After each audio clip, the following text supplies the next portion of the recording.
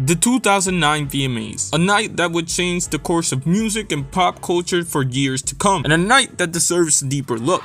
Yo, Taylor, I'm really happy for you. I'm gonna let you finish. You know what's about to happen. And hell, you might even know the ripple effects of this moment right here. It's something that indirectly continues to shape the music landscape till this day. However, the deeper I saw into the 2009 VMAs, the more I realized that this event was bigger than one night. Because in a way, the night symbolized the turn of a new generation. And though many of you might understand why the 2009 VMAs are so polarizing, you may not understand why it's one of the most important events in music history. Or at least music history like recently, you know? I just wanted you to know. It's the first year of the Obama administration, and hope filled the heart of many across America. Avatar made waves with their stunning visuals. Glee went on the air. So, you know, everything was good. Except for maybe like the recession or whatever. Music-wise, there was also an uptick in hope with the new generation of pop stars brewing in plain sight. From Lady Gaga taking over pop in a way not seen in a long time before that, and definitely not since, to Taylor Swift beginning that crossover into pop. Even Canadians were beginning to make some noise, mainly in the form of this little Canadian guy singing on YouTube and some guy that was rapping behind the mentorship of Lil Wayne. Basically, the 2009 VMAs were bound to be stacked. However, before we talk about like what happened in the night, I guess I should mention that 2009 was the year that Michael Jackson died, and of course that's something that MTV couldn't ignore. So they kicked off the night with a nice little tribute to the king of pop. I remember really liking this as a kid, especially when Janet Jackson came out. And to be honest, this is the only thing I remember from watching this live as a kid. Which is crazy because soon thereafter, the biggest moment in VMA history would take place. Best Female Video, and the nominees were Taylor Swift, Kelly Clarkson, Lady Gaga, Katy Perry, Pink, and the biggest name of them all, Beyonce. You could argue that video-wise, Single Ladies is the most iconic song of the 2000s. Some might even tell you that Beyonce had one of the best videos of all time. However though, the award would go to Taylor Swift. Taylor Swift. Now at this point of her career, Taylor Swift was 2 albums deep into her discography, and she seemed to be on the upswing with her sophomore record, Fearless, especially with songs like Love Story, and for the purposes of this video, You Belong With Me, which would take home the award for Best Female Video. Seems mostly normal for the most part. I guess you could argue that Katy Perry or Lady Gaga were more deserving of the award. Or of course, you could say Beyonce deserved the award. But again, it's nothing really crazy. You win some, you lose some. Nothing you can do. Beyonce had one of the best videos of all time.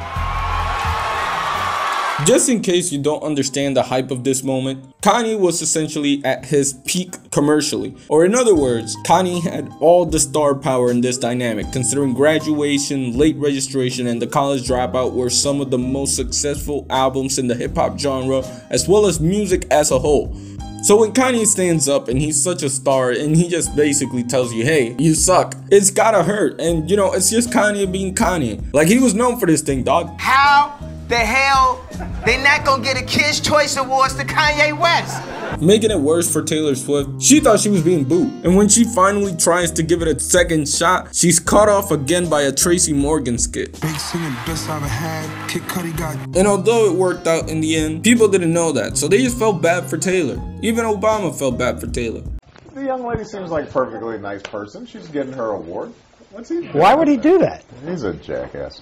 I will say though, the VMAs did not give us much time to think on that though, because almost immediately another iconic moment happened in VMA history.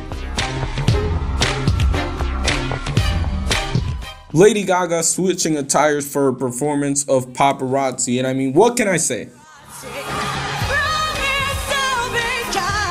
She did all kinds of crazy shit, ranging from bleeding to hanging high above to playing piano.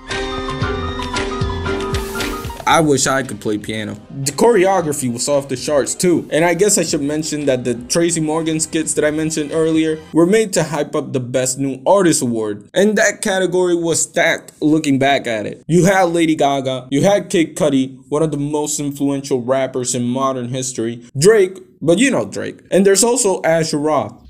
That party last night was awfully crazy. I wish we taped it. Who might seem like a random name that you don't know, but he launched Scooter Braun into the mainstream. And domino effect wise, he is the reason why Taylor is re-releasing all her old albums. If you really think about it though. But in all seriousness, the award wasn't going to go to anybody not named Lady Gaga. It's my first f***ing movement. Lady Gaga's 2009 run is something we don't bring up enough, with 2 top of the chart songs, 3 more that hit the top 5, and she just took pop culture by storm. It wasn't just the music, but the visuals, the dresses, and her personality as a whole. No one else deserved that award, and her acceptance speech was pretty heartwarming.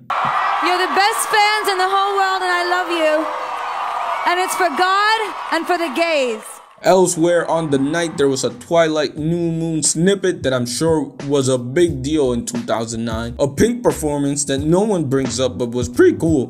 Kanye left home empty-handed if you don't count the bottle he has in hand. While on the other side of the coin, Taylor Swift had to go and perform like 15 minutes after the whole deal. It was a cool little performance. I liked it. It was cool.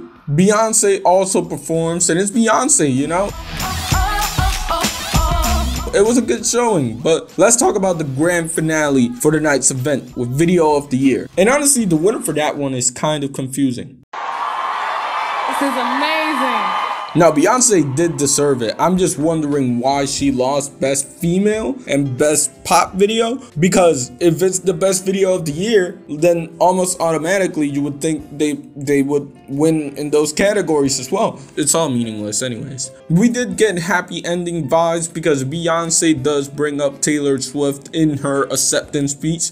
And ultimately both leave the night better off than how they came in.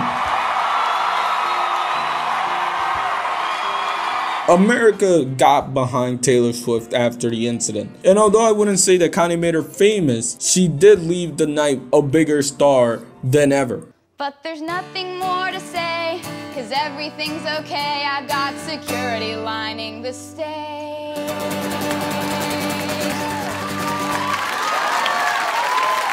And Beyonce comes off as a nice person because she didn't have to do that. And honestly, this is a moment that still holds up a decade and a half later because these two are arguably the 2 biggest artists in the world, selling out stadiums and all types of crazy shit. It was the perfect way to wrap up the night, except there was one more performance.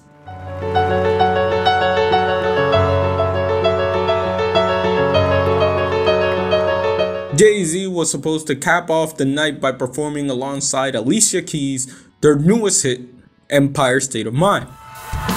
Yeah, I'm up at Brooklyn, now I'm down in Tribeca, right next to the Narrow, but I'll be hooked forever. And for Jay-Z, it was supposed to be this homecoming type thing, with them being in New York and all, though really it was a homecoming for both.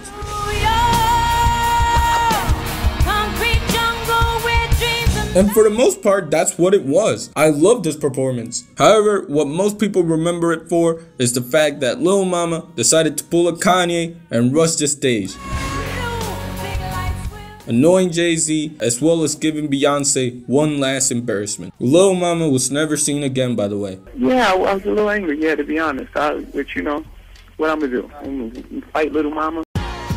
This event had all the big players of the 2010s, and because of that, I believe the 09 VMAs to be the greatest spectacle and a night so historic that no one has ever and a night so historic that no one has come close to replicating it. Like on some real shit, this moment would not be as iconic if he went up to interrupt Kelly Clarkson instead. Anyways, I feel like I was supposed to say something here and I just forgot it. Hope y'all doing cool, I guess. Shout out to y'all, shout out to me, and shout out to Ye Dilla.